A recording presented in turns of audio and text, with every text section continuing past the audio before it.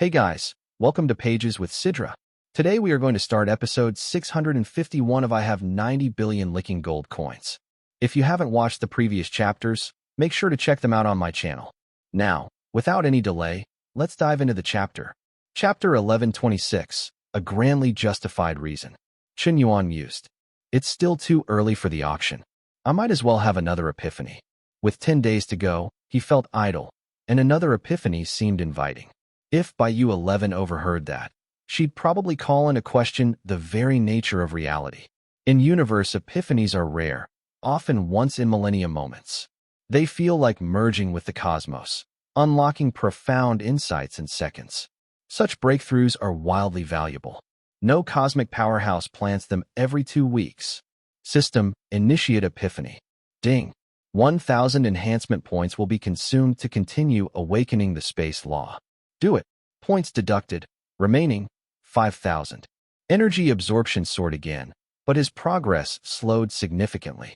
The hurdle, higher law comprehension, becomes much harder with each percent. 12 days passed. Status update. Name, Qian. Age, 28. Height, 186 centimeters. Level, Star Tier 7, Tier 27. Remaining lifespan, 80,000 years. Spatial law, level 152% complete. Enhancement points left, 3,800. Memo: the update showed little change. This attempt felt like a net loss. He reflected. This batch absorbed over 1,000 origin shards. Incredible speed. I almost cracked Star Tier 8. In fact, after this session, he just needed a few hundred more shards to reach Tier 8. But the trade-off, his spatial law only climbed 1%. That felt too little. He realized the key issue. No new deep questions were entering his mind. Epiphany is like solving a tough math problem. If you have no new problems, no breakthroughs. Qian's mental test bank had been depleted. He needed new cosmic secrets, new techniques, to drive deeper awakening. At that moment, Bayou 11 emerged from her own seclusion. It took almost a month, but I finally stabilized my Star Tier 1 breakthrough. My energy absorption has accelerated too. What once took 100 days now takes just 27 to burn through half a shard. And combining origin shards with star core seeds, the effect is insane. At this rate, I could hit Star Tier 2 in under 10 years. She was honestly stunned. It's unheard of for most stellar-level cultivators. Even one rank can take millennia. 10 years to gain a rank. Even Saint Hei Fan never advanced that fast. Money is the real overpowered stat, she thought. Using cosmic origin shards along with core seeds, anybody could become a genius. You're the only one who'd go to these lengths for me. Suddenly, her hollow core chimed. Ding. Your friend Black Alambro just sent you a message. Check your inbox. With the wedding looming, why reach out now? She hesitated, but opened the message. A projection appeared. Xiaobai, how are you? How've you been? In old times, Bayou 11 would have been flattered. Feelings of being cared for would glow her heart. Now, it just made her feel sick. I'm doing fine. Thank you, Holy Son, but I don't need your concern. Is there still anger between us? Honestly, I didn't want to end our engagement. It wasn't my choice. As you know, I carry the hopes of the Feather Tribe. 10,000 years ago, war decimated our tribe. We were cast out from a Tier 3 civilization, wandering and oppressed. There is not a single galaxy tier cultivator left. But I must reclaim that legacy Holy Sun slot. For our people, even if I lose true love. Pain was etched across his visage in the projection. But hear me, I never agreed with my engagement to Shui Mingru. The only one I truly love is you. Bayou 11 remained calm. What exactly do you want then? I understand your sense of fate and responsibility. I accepted the broken engagement. But what else do you expect me to do? Her tone was composed, because she'd truly let go. Now, it felt like the best closure she could offer. Chapter 1127, A Complete Break in Ties. Xiaobai, I'm not using you. I just wanted to ask you for a small favor within your ability. That's all. Don't you want to see the Yuzu rise again? We've been through so much together. Can't you even help me with this? Back then, I gave you whatever you wanted without hesitation. Have you forgotten all of that? Hyen said righteously. Yes, I used to believe that too. But now I see the truth. You, the so-called Holy Son Hyen.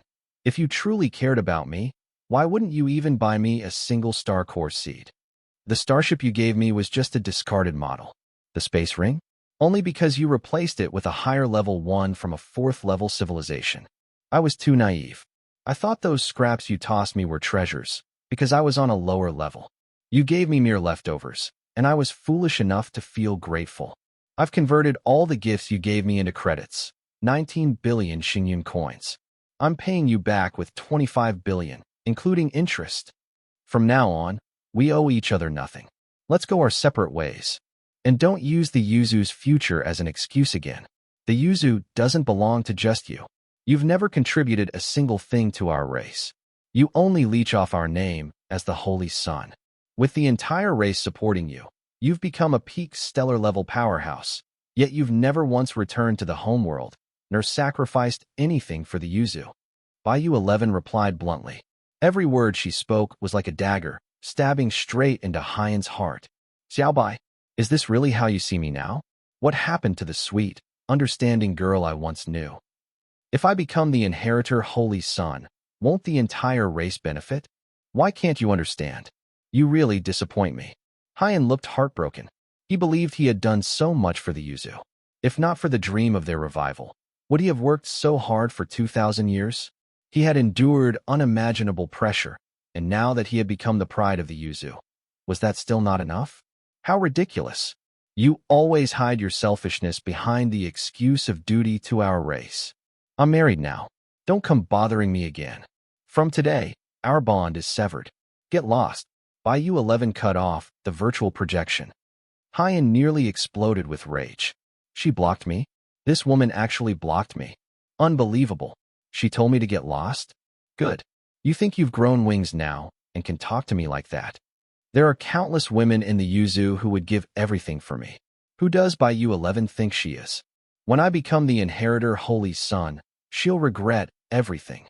Not long after, his cosmic bank account received a notification. Sure enough, 25 billion Hyen coins had been transferred. But in Hyen's eyes, that money was nothing but humiliation. He was the Holy Sun. Did he look like he needed her 25 billion? Fine. You said you're married, right? I want to see what kind of man you married. How could he possibly compare to me? I'll show him the true gap in strength and talent. I'll crush him completely. As Hyen fumed, a black-armored servant approached. Holy Sun, Lady Shui Mengru has arrived. Xiao is here? Come, let's go welcome her. This imperial capital auction was something the water race's holy lady, Shui Mengru, would not miss. A rare treasure was going to be auctioned. Countless powerful geniuses would be competing for it. With her 9th-level stellar strength, Shui Mengru had a real chance at making the top 10 on the water blue star. Even if she couldn't become the inheritor Holy One, the rewards for the top 10 were still incredibly generous. If there was a treasure that could boost her strength, she would spare no cost to obtain it. Xiao, you're finally here. The auction's about to begin. Let's get ready and head over.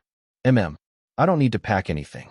Let's go. Shui Mengru noticed a faint pressure coming from Hyen, something belonging to a galaxy-level powerhouse. She nodded slightly, seemingly satisfied.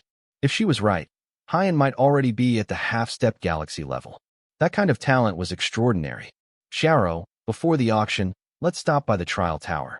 I haven't tested myself in 50 years. I want to see where I stand. Hyen stood confidently, arms behind his back. He clearly had faith in his progress. Sure, I was thinking the same. The two headed to the Sky Blue City trial tower. Both Hyen and Shui Mengru were elite geniuses of the water blue star. Their appearance together drew attention from many other cosmic talents. Isn't that Holy Sun Hyen? I heard he made it into the top 10 of the planetary ranking 50 years ago, and he's still ranked 8th even now. Shui Mengru was also in the top 20 last time. Now she's back, clearly aiming higher. Lately, all the top geniuses have been showing up, probably shaken by that mysterious Yen boss who appeared on the galaxy ranking. No one expected someone from Water Blue Star to make it onto the galaxy board. You didn't hear? Yen boss dropped off the galaxy ranking. He was originally at the bottom, but a new peerless genius from another galaxy took the 800th spot, bumping him off. Still, staying on the galaxy ranking for even 1 month is enough to shake the entire Red River galaxy. Everyone buzzed with gossip. 2 hours later, Shui Mengru's trial results were revealed on the planetary leaderboard. Name, Flowing Cloud. Law Comprehension. Space Law, 5%. Water Law, 10%. Stellar Combat Power, 20x the strength of a normal peer. Planetary Ranking, 9th. As soon as this result was published, countless onlookers gasped in shock. That's it for today's chapter recap. If you enjoyed the breakdown, don't forget to like, comment, and subscribe to stay updated with the latest manga, manhwa, and manhwa recaps. Got thoughts on today's chapter? Drop them in the comments. I'd love to hear your take on the story. See you in the next one. Until then, keep turning the pages.